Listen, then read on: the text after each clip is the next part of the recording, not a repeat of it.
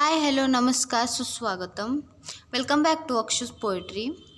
आपला नेहमीचा favourite segment म्हणजे ज्यांनी व्हिडिओला लाईक शेअर कमेंट आणि सबस्क्राईब केले त्यांना मनापासून धन्यवाद. अशाच माझ्या प्रत्येक व्हिडिओला सपोर्ट करत राहा. पुन्हा एकदा सर्वांचे मनापासून धन्यवाद. चला तर मग आता आपण आपल्या कवितेकडे वळूया. आजची कवितेचे नाव आहे अरे माणसा. माणसांमध्ये काही माणसं ही एखादं अपयश आलं की लगेच त्या अपयशाला खचून न जाता पुन्हा नव्याने जोमाने सुरुवात करतात.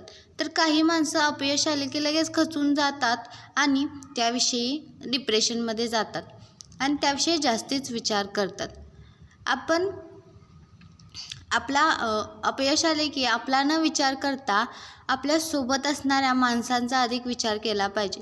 कारण आपण जिंकल्यावर किती जण येतात हे महत्त्वाचं नसते, आपण हारल्यावर किती जण आपल्या मदतीला व आपल्या सपोर्टला उभे असतात हे महत्त्वाचं असते. त्या 4 माणसांसाठी तरी आपण पुन्हा एकदा जोमाने सुरुवात केली पाहिजे.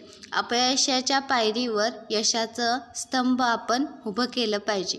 चला तर मग आता आपण आपल्या कवितेकडे वळूया. जीवनात अपयश यायचंच म्हणून का निराश व्हायचं, पडला नाही वळीव म्हणून चातकानं झुरून मरायचं.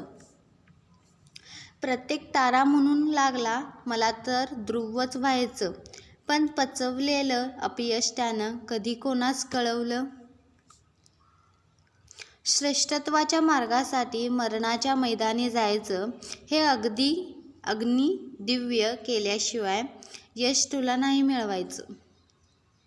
यश अपयश हा सारा खेळ आहे रे कर्तृत्वाचा, अरे माणसा तू तर बाहुला आहेस विधात्याचा. आपण आपले कष्ट आपले प्रयत्न करत राहायचे, शेवटी नशिबाचा भाग म्हणून आपण आपले प्रयत्न हे सोडायचे नाहीत. जर तुम्हाला ही कविता आवडली असेल तर नक्की व्हिडिओला लाईक शेअर कमेंट करा आणि व्हिडिओ जास्तीत जास्त शेअर करा. पुन्हा एकदा सर्वांचे मनापासून धन्यवाद.